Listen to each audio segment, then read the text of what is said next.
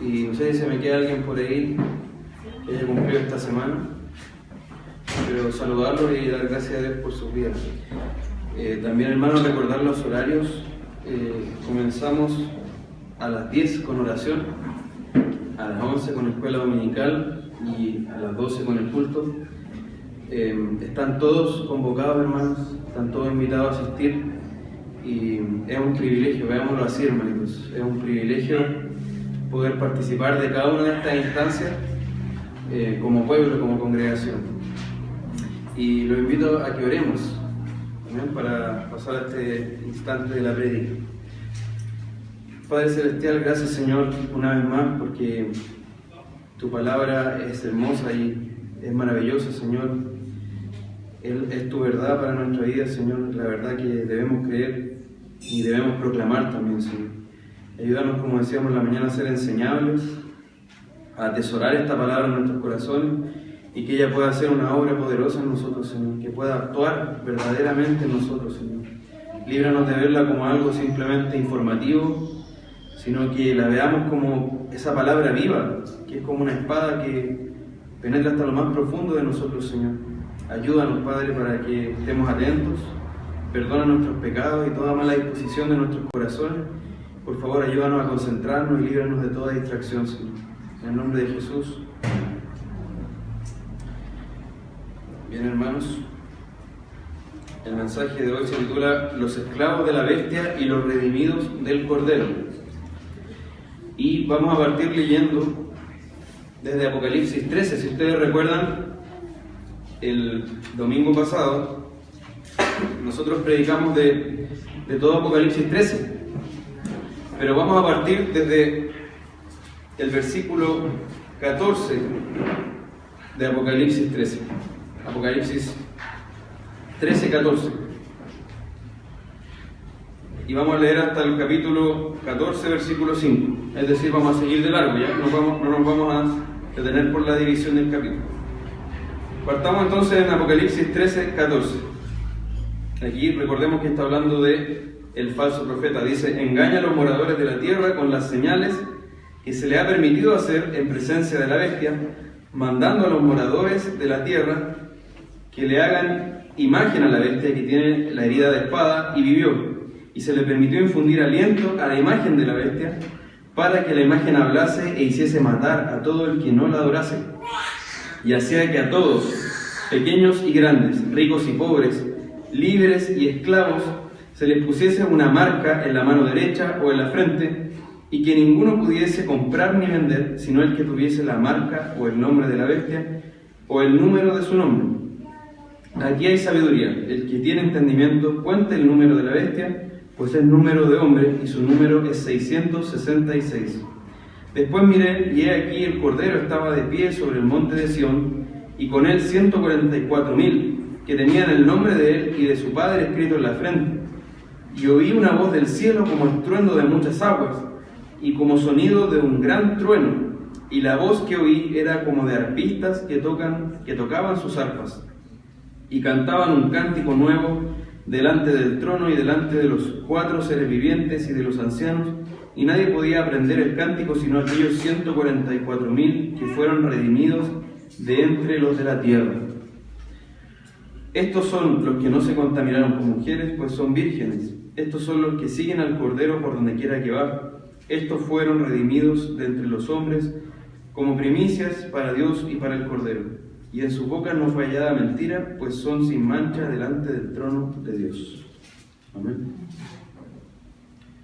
Bien, entonces tenemos, ahí hice una presentación para que quizás sea un poco extraña a simple vista, pero es para darnos un poco de contexto, porque este pasaje que estamos leyendo ha dado lugar a muchas interpretaciones. Ustedes han escuchado a lo mejor muchas versiones de lo que es la marca de la bestia, que es un chip, que es una cosa que se incrusta bajo la piel, en fin, muchas cosas. Pero como veíamos la vez pasada, el domingo pasado, no se trata de eso. Y esto, no sé si ustedes recuerdan a qué está aludiendo esta imagen, pero quiero que nos alejemos un poco y veamos un poco más arriba y tengamos el contexto del capítulo 12, porque todo esto está en un contexto, ¿cierto? No se puede desconocer el contexto. Si yo no entiendo el contexto, no voy a entender lo que me está diciendo este pasaje.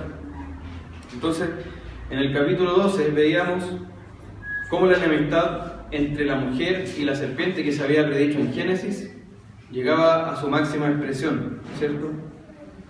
Entonces, el dragón, que era Satanás, mostraba todo su odio contra la mujer y también contra su descendencia, contra el hijo de ella, ¿cierto? Que decíamos que era Cristo. Entonces, el odio que tenía el dragón, ¿cierto?, hacia la mujer y su descendencia, se manifestaba en planes terribles. Él se ponía al frente de ella que estaba dando a luz, ¿cierto?, para comerse al hijo cuando naciera. Pero vimos que todos sus planes de destruir tanto a la mujer como al hijo de ella encontraron solo frustración. ¿Se acuerdan de eso? Entonces, recordábamos que esta mujer tuvo ese hijo y ese hijo fue arrebatado al cielo y gobierna las naciones, ¿cierto? Ese hijo es el rey que gobierna las naciones, el rey que venció, Jesucristo, ¿cierto? Que conquistó la victoria sobre este enemigo que es el dragón y logró expulsarlo del cielo. ¿Se acuerdan? Este dragón, al ser expulsado del cielo, cae y vuelca todo su odio hacia la iglesia, hacia la mujer, ¿cierto? Hacia la mujer que es la iglesia. Pero esta mujer, que es la iglesia, es protegida y sustentada por el Señor, quien la lleva al desierto, ¿cierto?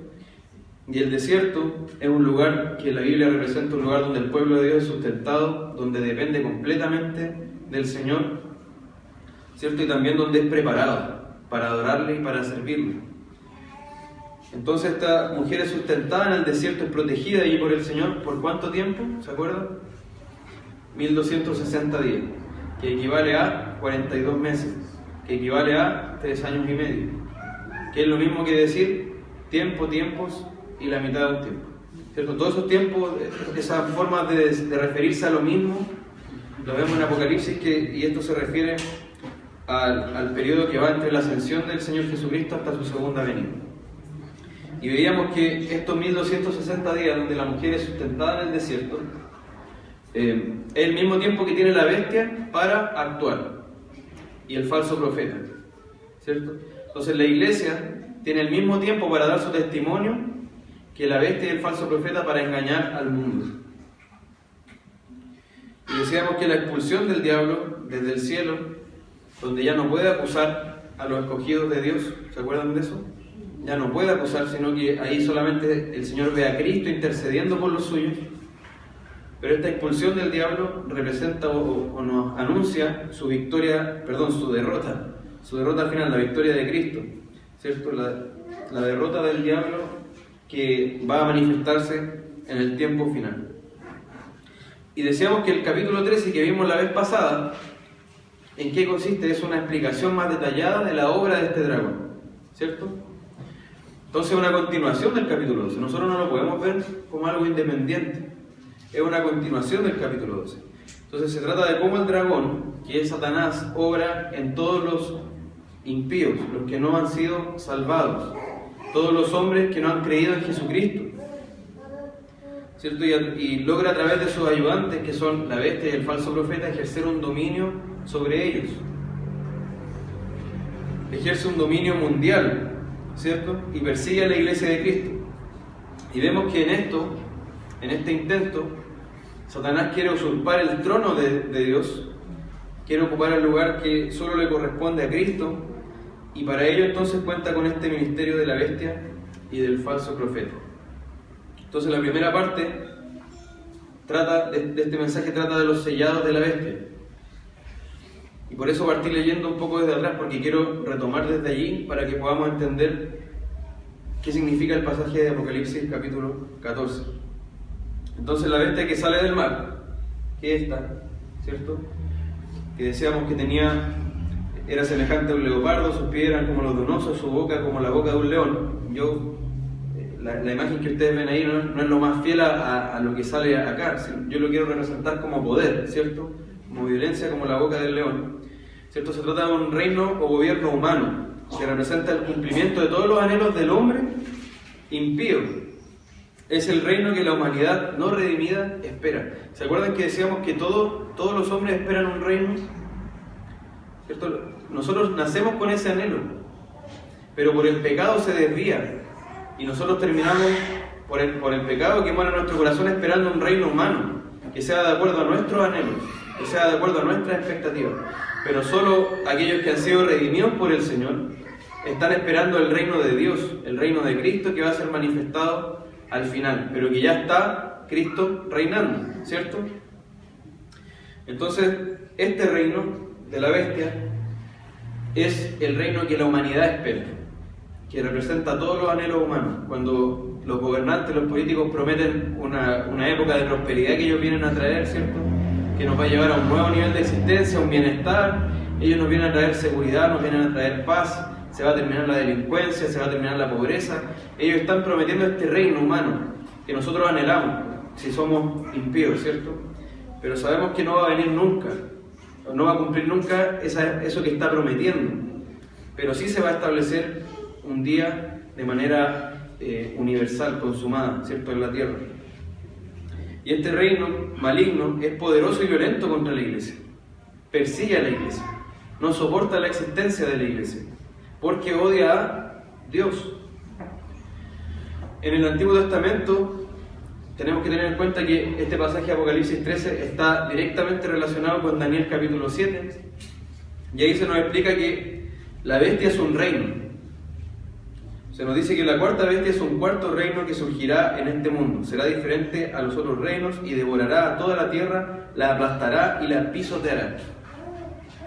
Tenemos que entender que lo que ocurre en Apocalipsis 13 es que se reúnen todas las bestias en una sola. ¿Se acuerdan que hablamos de eso? Y esta bestia, que es un reino, va a gobernar el mundo con los principios de Satanás. Se caracteriza por la exaltación de la bestia, que exige adoración. Este reino humano, este gobierno humano maligno, exige adoración, exige sumisión total. Y se caracteriza por su arrogancia, por su violencia, por su blasfemia. ¿Se acuerdan que emite palabras blasfemas? En sus nombres, en sus cabezas, esta bestia tiene nombres blasfemos. Se caracteriza por su insolencia contra el Señor. Entonces la bestia que vio Juan en Apocalipsis parece ser la misma bestia que vio Daniel como algo futuro. Esta bestia tiene toda su manifestación en el tiempo del fin y encierra todo el poder de las bestias anteriores. Entonces se resumen todas las bestias en una sola. ¿Se va entendiendo? Se resumen todas las bestias, todos los gobiernos humanos rebeldes al Señor en una sola, que va a ser la consumación y va a ser un gobierno mundial unificado de esta bestia. Entonces, aunque el gobierno del dragón ha existido y existe en el mundo, en el tiempo final será un ataque mortal compuesto por todas las fuerzas con el fin de destruir todo lo que tenga que ver con el verdadero culto y adoración a Dios. ¿Se entiende? Toda la fuerza humana rebelde a Dios ya en su etapa máxima, en su clímax. Entonces esta bestia representa a todos los reinos de la tierra que se oponen al Dios verdadero revelado en la palabra. ¿Cierto? Que se construyen para exaltarse a sí mismos y no dan gloria a Dios, como la Torre de Babel. ¿Se acuerdan? Sabiendo que se trata de una realidad que va aumentando progresivamente hasta llegar al clímax en el que se consumará todo y este gobierno logre una unificación mundial en contra de Dios. Y esto va a estar liderado por el Anticristo. El otro ayudante de la bestia, del dragón, es esta bestia que salía de la tierra, que yo la grafiqué como una serpiente porque es el engaño finalmente, ¿cierto? Es el engaño de Satanás desatándose sobre la tierra. ¿Y cuál es la función de este falso profeta? Convencer al mundo mediante la mentira para que adoren a la bestia y al dragón. Es la propaganda de la bestia, ¿cierto? Es como el arma propagandística de la bestia y encarna el engaño del mal. Jorge Trujillo nos dice que el falso profeta es una bestia que no presenta su ataque de la misma manera que lo presenta la primera, la que sale del mar. La primera es básicamente anticristiana, mundana y abiertamente en contra de Dios y su pueblo. La bestia que sale de la tierra, que es la otra, ¿cierto?, el falso profeta, se presenta como un cordero, es decir, se presenta como cristiana o como Cristo mismo, quien es el Cordero de Dios que quita el pecado del mundo, pero en el fondo trabaja para la primera bestia y es parte de ella, ¿cierto? Aunque sean dos operando, es una misma bestia, es un mismo gobierno. Se parece a Cristo, pero cuando habla, su hablar no es el de Cristo, sino el de Satanás, quien es conocido como el dragón. Esto porque decíamos que en Apocalipsis 13 dice que el falso profeta tenía dos cuernos semejantes a los de un cordero, pero hablaba como dragón. Entonces se presenta como cristiano o como Cristo, como algo bueno, pero tiene la naturaleza de Satanás. Tiene una naturaleza diabólica. ¿Se va entendiendo? Ok. Entonces podemos imaginarnos a la bestia y al falso profeta como los dos brazos del dragón, del diablo, ¿cierto? Con un brazo violento, poderoso, que es su gobierno, su control físico, político, si se quiere, y el otro, el falso profeta, que es un brazo engañoso, la mentira que lleva al mundo, lo convence para que adore a la bestia y al dragón. El falso profeta provee del engaño que controla las mentes, crea las ideas, los pensamientos, las filosofías, todas las ideologías que socaven aquellas verdades que la palabra de Dios proclama y que debe creer la iglesia. Entonces, si uno ve, las universidades están llenas de este influjo del falso profeta, ¿cierto? La televisión, la música, está llena de engaños que nos quieren convencer y llevar a adorar a esta bestia. Entonces se trata de un solo reino, gobierno maligno, que cuenta con el brazo del poder y el brazo del engaño, y a través de esto está el telón de fondo, que es Satanás, que ejerce su dominio sobre el mundo, sobre aquellos que no han sido redimidos. Entonces tenemos, decíamos el domingo pasado, la Trinidad diabólica, que está compuesta por el diablo, la bestia y el falso profeta. ¿Se acuerdan? Y eso era una parodia del diablo hacia la Trinidad Santísima, del Padre, el Hijo y el Espíritu Santo. Entonces el diablo no solo trata de imitar al Señor, sino que lo hace burlescamente, lo hace según su naturaleza pervertida. Pero además vimos que este capítulo 13 no solo se trata de el dragón, la bestia que sale del mar y el falso profeta que sale de la tierra, sino que se trata también de sus seguidores, que ahí es como una masa que no tiene forma, ¿cierto? No tiene rostro. Sus seguidores, su masa de seguidores.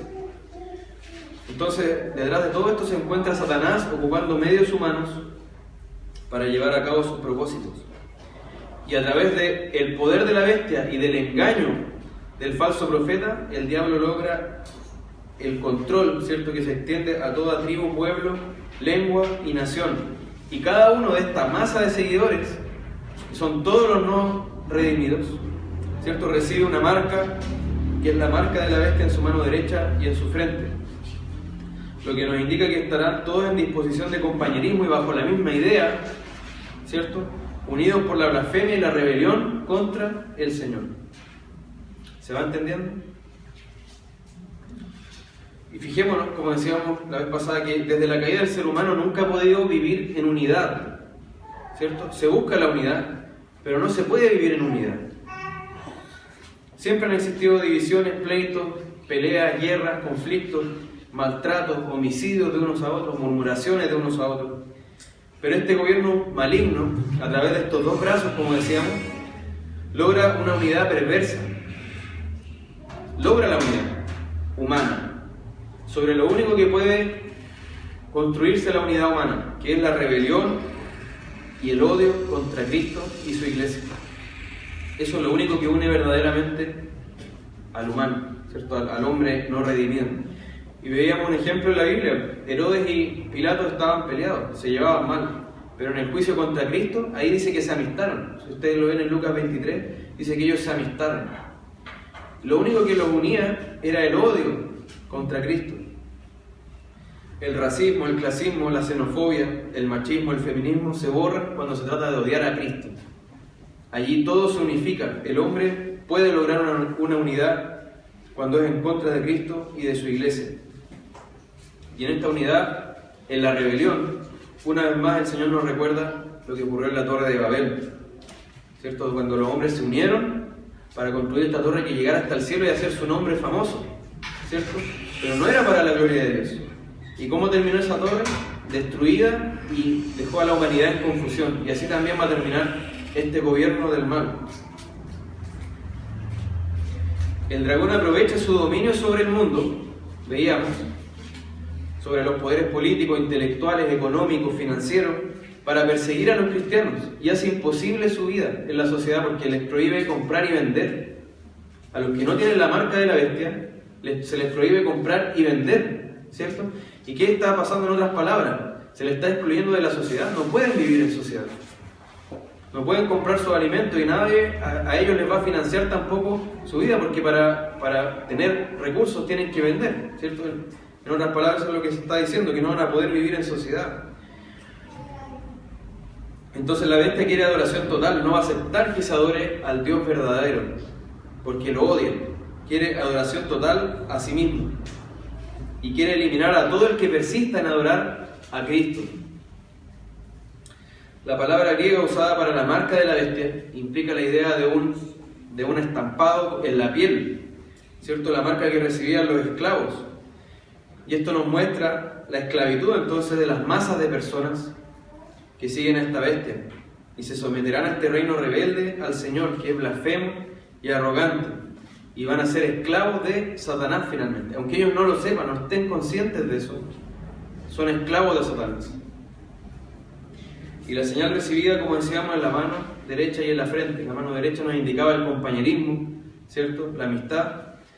Y en la frente nos indicaba que ellos iban a estar bajo una misma idea. Entonces van a estar todos en comunión en esta misma idea de la rebelión contra el Señor. Y bajo la misma ideología, la misma filosofía de la bestia. Y el odio hacia su iglesia.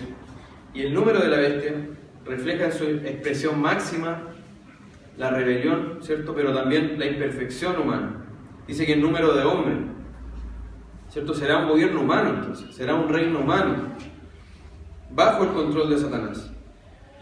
Y lo que nos dice este número, que es 3 veces 6, ¿cierto? Cuando se hace 3 veces algo en la Biblia, se está enfatizando, y es un número perfecto en realidad el 3, pero lo que se nos está diciendo acá es que será perfectamente imperfecto, será completamente imperfecto.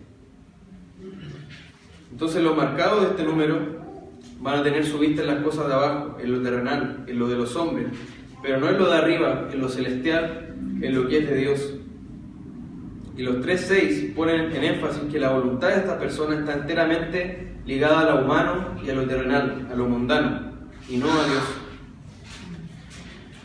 Satanás entonces se esfuerza por llegar al 7, se esfuerza por parodiar al Señor, pero solo se queda en el 6, en un número imperfecto, pero que además en Apocalipsis se relaciona con juicio, porque vemos que en los 6 sellos, en la sexta trompeta, en la sexta copa, son todos juicios, ¿cierto?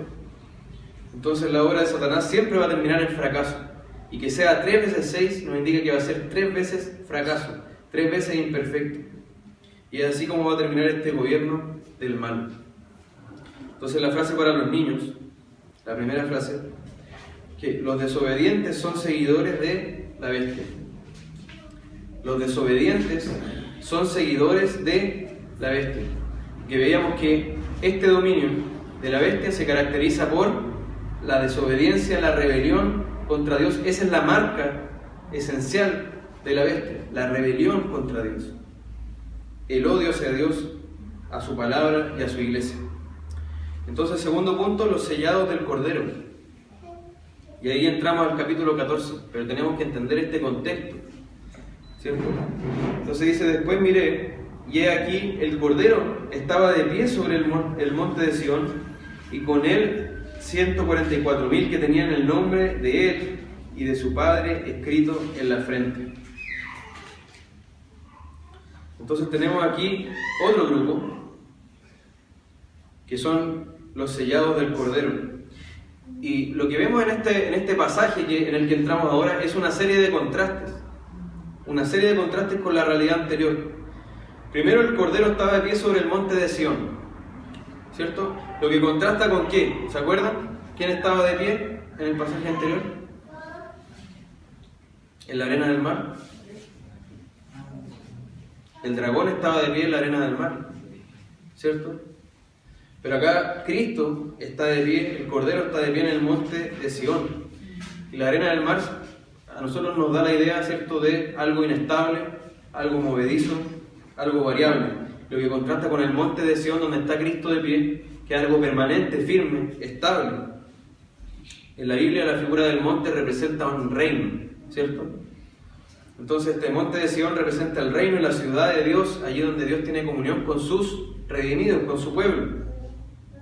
Otro contraste, la realidad celestial de Cristo, porque está en este monte de Sión, ¿cierto?, que es algo celestial, y con él están envueltos también los salvados en esta realidad celestial, contrasta con lo terrenal y mundano de la bestia y sus seguidores, ¿cierto? Eso decíamos el domingo pasado, esta bestia, la segunda bestia salía de la tierra, y en el sentido de lo terrenal, lo mundano.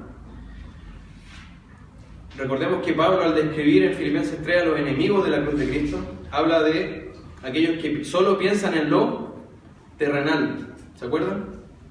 Filipenses 3. En contraste, Pablo en Colosenses capítulo 3 nos dice: ya que han resucitado con Cristo, busquen las cosas de arriba, donde está Cristo sentado a la derecha de Dios. Concentren su atención en las cosas de arriba, no en las de la tierra, pues ustedes han muerto y su vida está escondida con Cristo en Dios. Cuando Cristo, que es la vida de ustedes, se manifieste, entonces también ustedes serán manifestados con Él en gloria. Por tanto, dice, hagan morir todo lo que es propio de la naturaleza terrenal, o haced morir lo terrenal en vosotros, ¿cierto? Eso nos dice Colosenses. Entonces, nuestra ciudadanía está en los cielos, no en la tierra. Entonces debemos vivir poniendo todas las cosas en esta perspectiva eterna, celestial, ¿cierto? Sabiendo que nuestra vida nace de Cristo y está escondida en Él, y está a punto de ser manifestada cuando se revelen todas las cosas, cuando se consumen todas las cosas. Hemos muerto a lo terrenal. Hemos muerto a lo terrenal. Esa es nuestra realidad en los cielos. Ante el Señor nosotros morimos a lo terrenal. Entonces lo que nos está llamando Pablo es que eso que ya es una realidad en el cielo se haga también realidad en nuestra vida, ¿cierto? Nosotros vayamos haciendo morir lo terrenal, tal como ante el Señor nosotros ya morimos a lo terrenal. Entonces que esta realidad celestial se vaya manifestando en nuestro día a día, esta vida que tenemos en Cristo se vaya manifestando en nuestra cotidianidad, ¿cierto? En nuestro día a día aquí en la tierra.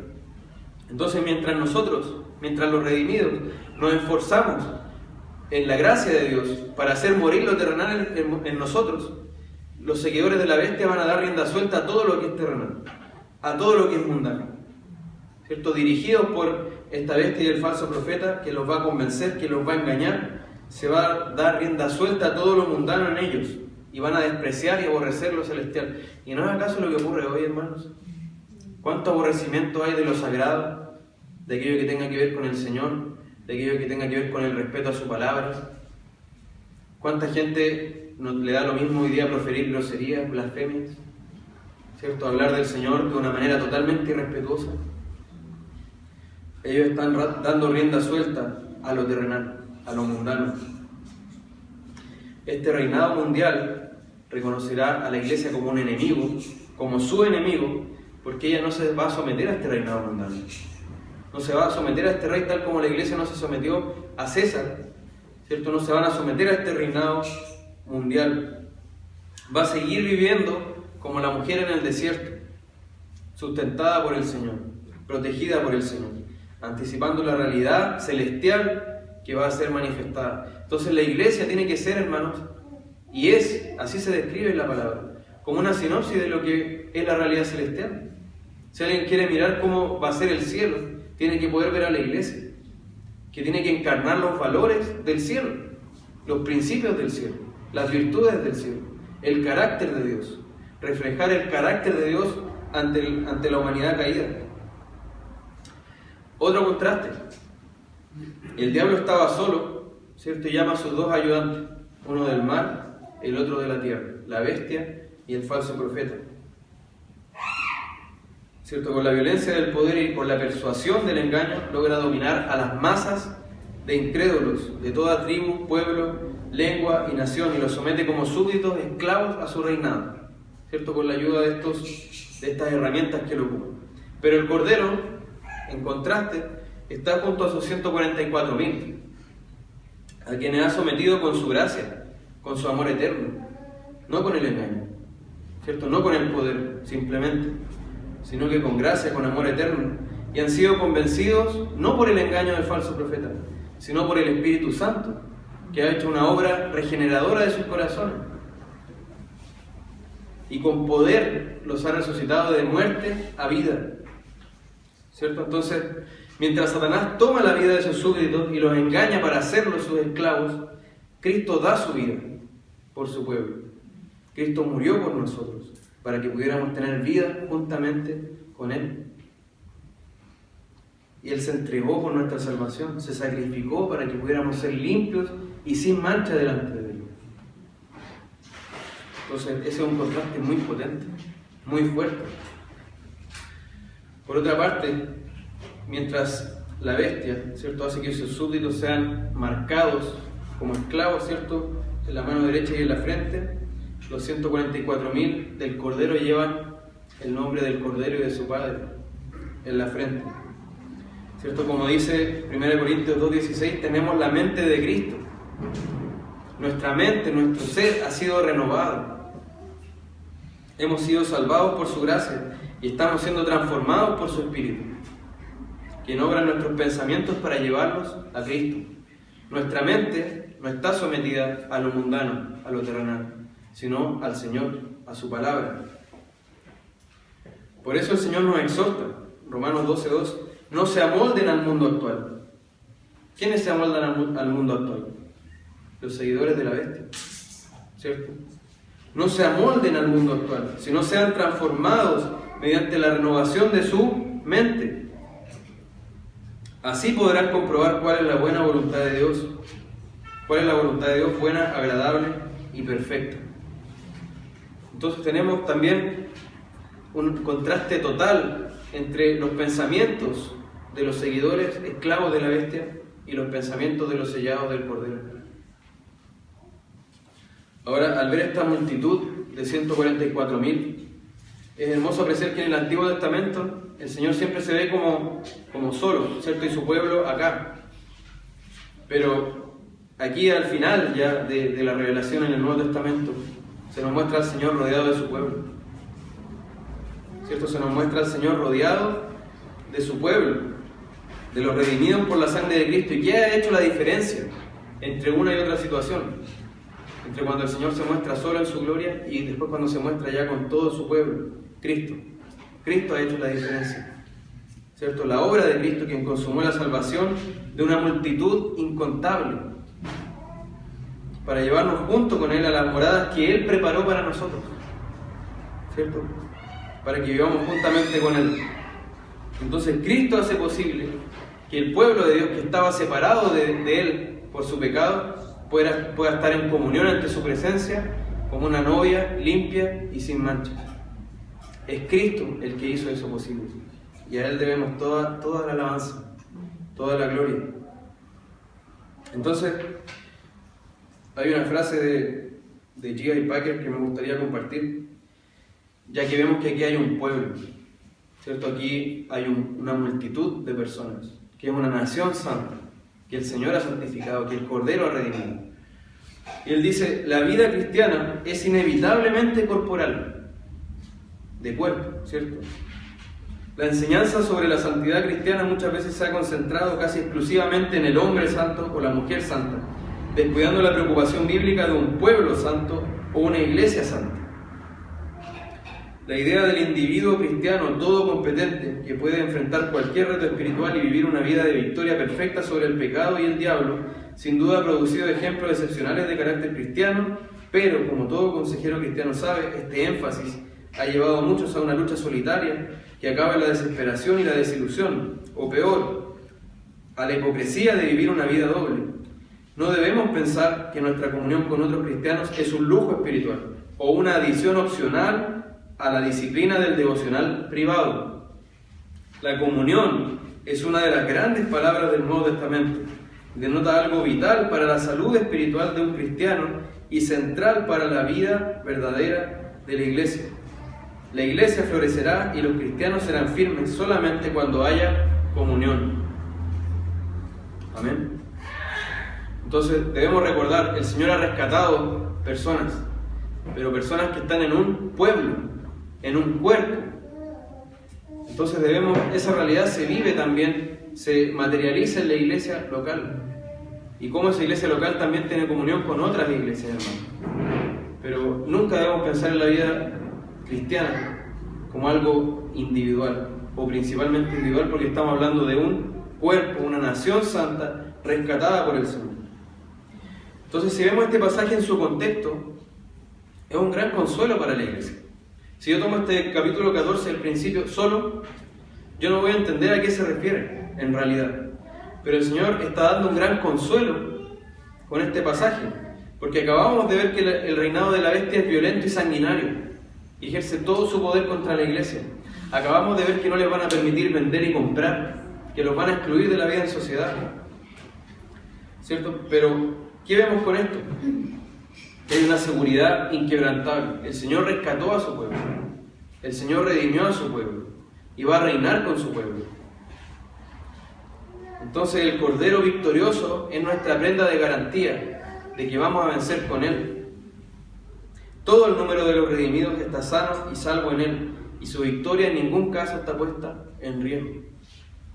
Entonces, cuando vemos estos capítulos que hablan de algo atroz, cierto, que la bestia va incluso a vencer a la iglesia en un momento, temporalmente y aparentemente, pero dice que se le permitió hacer guerra contra los santos y vencerlos. La iglesia va a desaparecer de la esfera pública por un momento muy breve, pero aún así la victoria está asegurada. El Cordero está de pie en el monte de Sión con sus 144.000. Simón Kistemaker nos dice sobre esto: cuando los santos en la tierra son perseguidos por las fuerzas anticristianas y se les dice que la bestia es el gobernante supremo en la tierra, no deberían desesperar. Cuando abren sus ojos espirituales, ven al Cordero que está de pie en el monte de Sión, dándoles garantía de que están sanos y salvos. Los días del anticristo están contados porque caerá derrotado. Amén. Y esta rebelión que se da, ya la vemos anunciada en el Salmo 2. Si ustedes leen el Salmo 2 van a ver esto muy claramente, donde las naciones, pueblos, reyes y gobernantes se confabulan contra el ungido, que es Cristo, ¿cierto? Han decidido rebelarse contra Él y contra su ley perfecta, pero el Señor dice que se ríe de ellos. Y ha establecido a su Hijo en el monte de Sión, quien gobierna las naciones con cetro de hierro y los destruye como si fueran alfarería, ¿cierto? Como si fueran vasijas de barro. El gobierno del anticristo concluirá porque el Hijo de Dios está en pie en el monte de Sión, que es el lugar donde mora Dios como símbolo de seguridad y estabilidad para su pueblo. Ese es el monte que nunca será destruido finalmente. Ese reino es eterno, no tiene fin. Ahora, ¿cuál es el significado de el número 144.000? ¿A qué va este número? Recordemos que nuestro hermano Pablo ya nos predicó sobre esto en el capítulo 7. Y ahí veíamos a los 144.000 sellados, ¿cierto? Cuando se iba a desatar la ira de Dios, pero se ordena que los ángeles detengan toda esta ira para que estos 144.000 puedan ser sellados. Ahora, interpretar literalmente los números en Apocalipsis es un despropósito, salvo que por el contexto quede muy claro que se refiere a algo literal. Los números son usados recurrentemente de forma simbólica, y este número en especial es un número muy simbólico, ¿cierto? Porque es 12 por 12, 12 es el número del pueblo de Dios, ¿cierto? 12 por 12 por 1000, y 1000 es el número de la multitud, de muchedumbre, ¿cierto? Se nos está diciendo entonces que es la muchedumbre del pueblo de Dios. Es la muchedumbre del pueblo de Dios, es la multitud de los salvados. significa perfección multiplicado por perfección, multiplicado por multitud, relacionado con el pueblo de Dios. Entonces es la totalidad del pueblo de Dios, es el verdadero Israel de Dios, ¿cierto? Rain Goldsworthy nos dice: el número que Dios ha elegido es un número perfecto, ya que en su reino no faltará ningún miembro que le pertenezca. Cada lugar que Cristo fue a preparar, cada morada que Cristo fue a preparar, será ocupada. El propósito de Dios de establecer su perfecto reino no puede ser frustrado por el hombre o el diablo. Dios ha establecido el número de sus elegidos, así como sus nombres han sido escritos en el libro de la vida desde antes de la fundación del mundo. Entonces aquí estamos hablando del número de los redimidos. Como dijimos en Apocalipsis 11, las medidas y los conteos representan una distinción que hace Dios. Cuando Dios mide el templo, está distinguiendo qué es templo, qué es lo sagrado de lo no sagrado, ¿cierto? Qué es lo que es templo de lo que no es templo. Y cuando Él cuenta a sus redimidos, ¿cierto? Cuando Él dice son 144.000, está diciendo hay una distinción. Estos son mis redimidos y estos son los no redimidos. Y Él sabe exactamente cuál es el número de los redimidos y quiénes son con nombre y apellido aquellos que Él ha salvado. Dice 2 Timoteo 2:19: el sólido fundamento de Dios permanece firme teniendo este sello. Dice: el Señor conoce a los que son suyos, y que se aparte de la iniquidad todo aquel que menciona el nombre del Señor. Esos son los dos, es el sello, dice, de Dios. Y esos dos aspectos del sello de Dios los vemos acá, en este pasaje. El Señor conoce a los que son suyos, y los que son suyos se apartan de iniquidad. Los incrédulos con el nombre y el número de la bestia pertenecen al anticristo. Pero el pueblo de Dios con los nombres divinos del Cordero y el Padre en la frente, este pueblo vive entre los seguidores de la bestia en esta tierra. Es perseguido por los seguidores de la bestia. Entonces, junto con el Cordero, estos 144.000 son los representantes de Dios. Son el número total de los que el Padre ha dado a su Hijo. El número total de los que el Padre ha dado a su Hijo. Como decíamos, un número preciso. El Señor lo sabe, lo conoce. Nos está diciendo el Señor conoce exactamente quiénes son. Ninguno se le escapa, ninguno se le pierde. Entonces el anticristo es incapaz de desviar a estos 144.000. Es incapaz de someterlos como súbditos a estos 144.000, porque están sellados por el Señor, que significa que son de su propiedad. Ahora, si vemos los versículos 2 y 3, dice: y oí una voz del cielo como estruendo de muchas aguas y como sonido de un gran trueno, y la voz que oí era como de arpistas que tocaban sus arpas y cantaban un cántico nuevo delante del trono y delante de los 4 seres vivientes y de los ancianos, y nadie podía aprender el cántico sino aquellos 144.000 que fueron redimidos de entre los de la tierra. Entonces, otro contraste más del tumulto confuso, ¿cierto? Esta masa de gente que adoraba a la bestia, contrasta entonces eso con esta voz del cielo imponente, temible, pero a la vez llena de belleza y armonía, como arpistas que tocan su arpa. Es una voz potente, ¿cierto? Una multitud potente, se puede deducir, pero es armoniosa y es bella, como arpistas que tocan sus arpas, que es en contraste a lo que pasa con esta masa de gente que sigue a la bestia.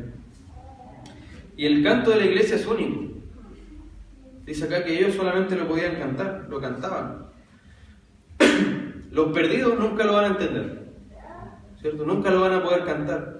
Y los ángeles tampoco, porque ellos están en la gloria, pero ellos no han sido perdonados de sus pecados.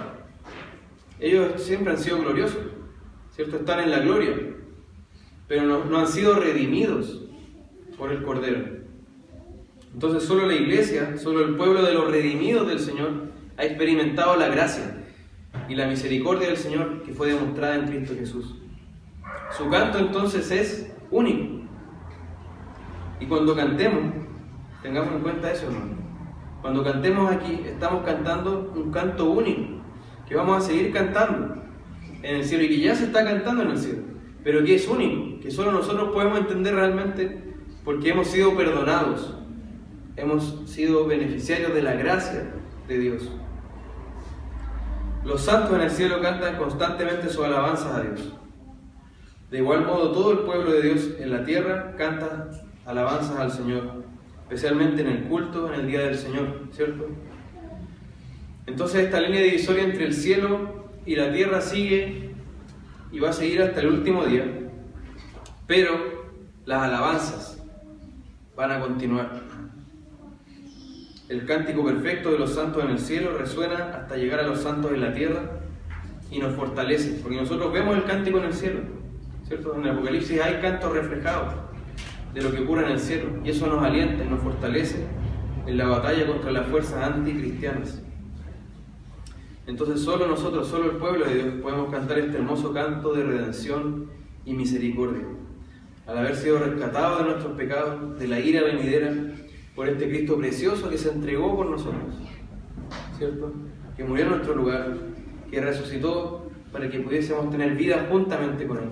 Entonces, hermanos, si podemos cantar este canto único, solo se debe a Cristo. Es Cristo el que permite que nosotros podamos tener este cántico nuevo. Así que valoremos este canto, valoremos esta alabanza al Señor. Entonces la segunda frase para los niños: Dios conoce a cada uno de los suyos. Dios conoce a cada uno de los suyos. Y el último punto, que siempre es más breve, las características de los sellados del Cordero. Versículos 4 y 5. Estos son los que no se contaminaron con mujeres, pues son vírgenes. Estos son los que siguen al Cordero por donde quiera que va. Estos fueron redimidos de entre los hombres como primicias para Dios y para el Cordero, y en sus bocas no fue hallada mentira, pues son sin mancha delante del trono de Dios. Entonces se nos dice que estos redimidos tienen características: son puros, son seguidores del Cordero, son las primicias y son irreprochables o intachables. Sobre la característica de que son puros, el contexto en este pasaje nos indica que eso que dice que no se contaminaron, ¿cierto?, con mujeres, significa que no cayeron en infidelidad hacia el Señor. No cayeron en infidelidad hacia el Señor. Recordemos que en ese tiempo también estaba la prostitución religiosa, ¿cierto? Mujeres que se dedicaban a ser prostitutas, y con eso se le daba una experiencia a la persona que estaba con ella, religiosa, que los vinculaba con un Dios determinado, ¿cierto? Como Afrodita, por ejemplo. Pero estos hombres, estos 144.000, no se contaminaron de esa manera, no cayeron en infidelidad hacia el Señor. Si lo combinamos con la imagen de la iglesia como una mujer, como una novia, ¿cierto? Tanto hombres como mujeres quedan incluidos en la categoría de ser puros, de ser una virgen pura, de protegerse para no ser engañados e inducidos a ser infieles a su Señor, a preservarse, ¿cierto?, a protegerse para no adorar a la bestia. Y esta fidelidad hacia el Señor se relaciona con el pasaje que vemos en Lucas 4, cuando el diablo tienta a Cristo y le ofrece todos los reinos de la tierra, y Cristo le responde: al Señor tu Dios adorarás y a Él solo servirás. Entonces estos 144.000 confiesan eso. Cuando se les quiere obligar a imponer la marca de la bestia, ellos dicen: al Señor tu Dios adorarás y a Él solo servirás. Entonces debemos ser fieles a Él como una novia debe ser fiel a su novio. También se dice que son los que siguen al Señor donde quiera que vaya. El Señor dijo: el que no toma su cruz y me sigue no es digno de mí, ¿cierto? Y también dice que las ovejas lo siguen porque reconocen su voz y la siguen, y lo siguen, ¿cierto? Entonces la iglesia busca en Cristo el liderazgo y la guía para vivir en este mundo, para avanzar en medio de los adoradores de la bestia. También dice que son los que han sido rescatados de entre los hombres como primicias para Dios y para el Cordero. ¿Quién los rescató? Cristo, ¿cierto? Y esa figura del rescate nos recuerda, ¿cierto?, cuando se compraba un esclavo que estaba por morir y se lo saca de esa situación. así se llamaba, eso era el significado de rescate antiguamente. Entonces Cristo nos rescató de esta esclavitud del pecado y nos dio vida, ¿cierto? Nos liberó de la maldición del pecado y de la culpa.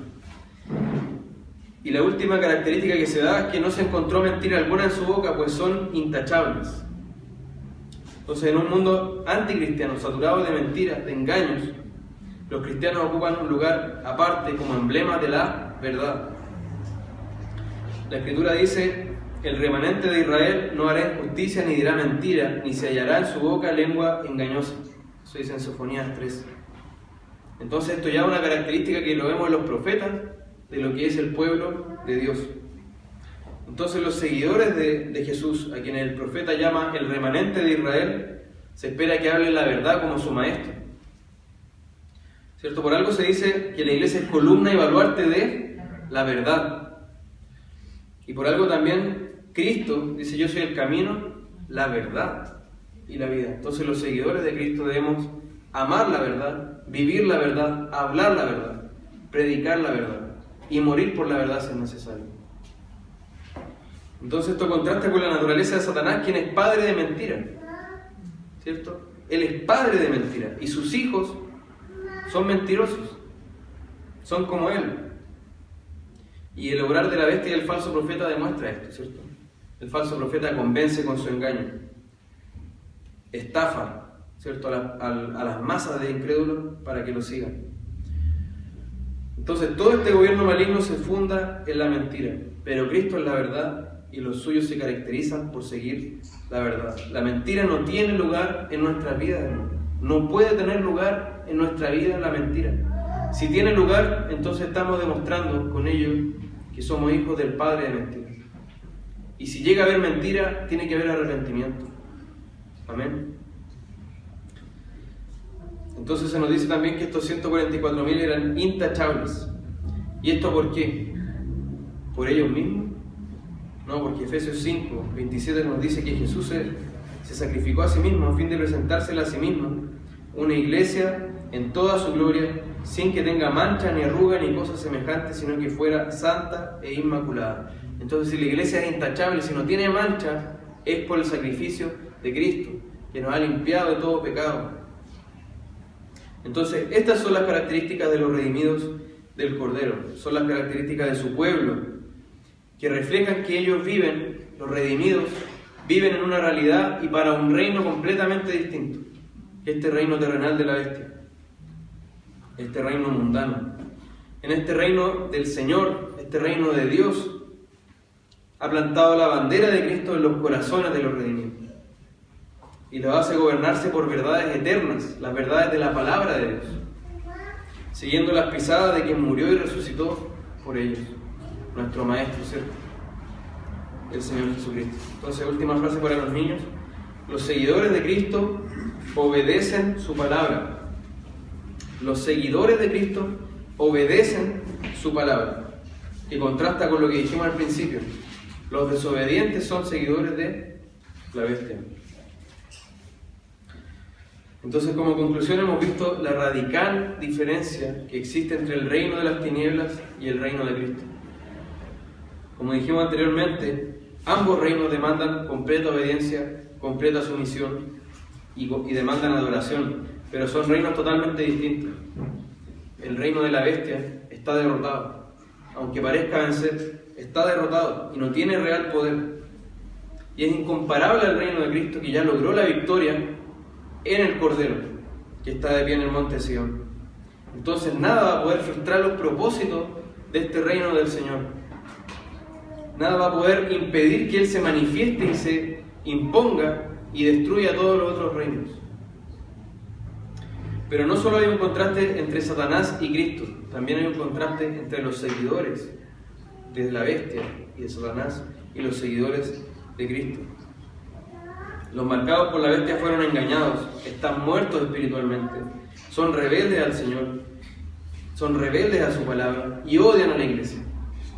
Son esclavos del engaño y su adoración a la bestia simplemente refleja la podredumbre de sus corazones. Pero los redimidos de Cristo, por el contrario, han sido regenerados por el Espíritu Santo Sus corazones han recibido vida de parte de Dios. Y el Espíritu les da poder para andar en obediencia y una vida nueva delante del Señor. Entonces el contraste entre los seguidores de la bestia y los seguidores del Cordero es el mismo que existe entre la vida y la muerte, entre la luz y las tinieblas.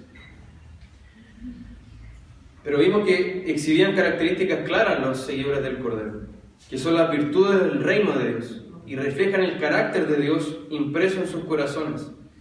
¿Puedes decir que estas características están en tu vida? ¿Puedes decirlo, hermano? ¿Eres puro o te has contaminado sirviendo a tus ídolos, adorándolos, destinando tu fuerza, tu tiempo, tu dinero a las prioridades mundanas y terrenales? ¿Se puede decir de ti que sigues al Cordero o simplemente haces tu voluntad y vas tras tus propias ideas y opiniones? ¿Lo que caracteriza tu vida es seguir el liderazgo de Cristo expuesto en su palabra? ¿O eres de los que se caracterizan por tener su propio camino, su propia sabiduría? ¿Puede decirse de ti que no hay mentira en tu vida? ¿O en tu vida hay engaño, hay mentira? Y tú mismo estás engañado. Recuerda que lo que se hizo hoy día, aquí, lo que hace este pasaje simplemente es describir cómo son los redimidos del Señor. ¿Estás en esa descripción? Lo que hace la diferencia entre estar o no estar en la multitud de los 144.000 no es que seas mejor o peor persona, no es que te portes mejor o peor. Lo que hace la diferencia es Cristo, su obra, su obediencia perfecta, su sacrificio perfecto. Solo Él puede redimirte, solo Él puede salvarte, solo Él puede hacerte uno de los suyos, uno de esos 144.000 que Él conoce perfectamente, que Él sabe quiénes son. Entonces, seas o no redimido, sea que te estés preguntando, a lo mejor no soy, pero sea que estás dentro de los redimidos o no, tu única alternativa es venir a los pies de Cristo. No tienes otro camino, no hay otra salida. Es la única manera de salir vivo de aquí. Venir a los pies de Cristo. Y Él es digno de que lo hagas. Amén. Oremos. Padre Celestial, te damos gracias por este pasaje que es un consuelo en medio de este reinado violento, sanguinario, que se opone a tu palabra, que te odia y odia a tu pueblo. Ayúdanos, Señor, a encontrar este consuelo, sabiendo que lo que tenemos que hacer es no esperar ser sacados de la tribulación, sino que aprender que tú venciste al mundo. Ayúdanos a tener esta convicción que tú estás de pie en el monte de Sión y que nosotros nos uniremos prontamente a ti, Señor. Gracias por ese sacrificio, esa obra perfecta en nuestro lugar. Ayúdanos a tener fe en ella y en nada más, Señor, porque solo esa obra perfecta es aquello que hace la diferencia entre estar o no entre los redimidos. Ayúdanos, Señor, como iglesia a vivir con esta realidad celestial en perspectiva, Señor.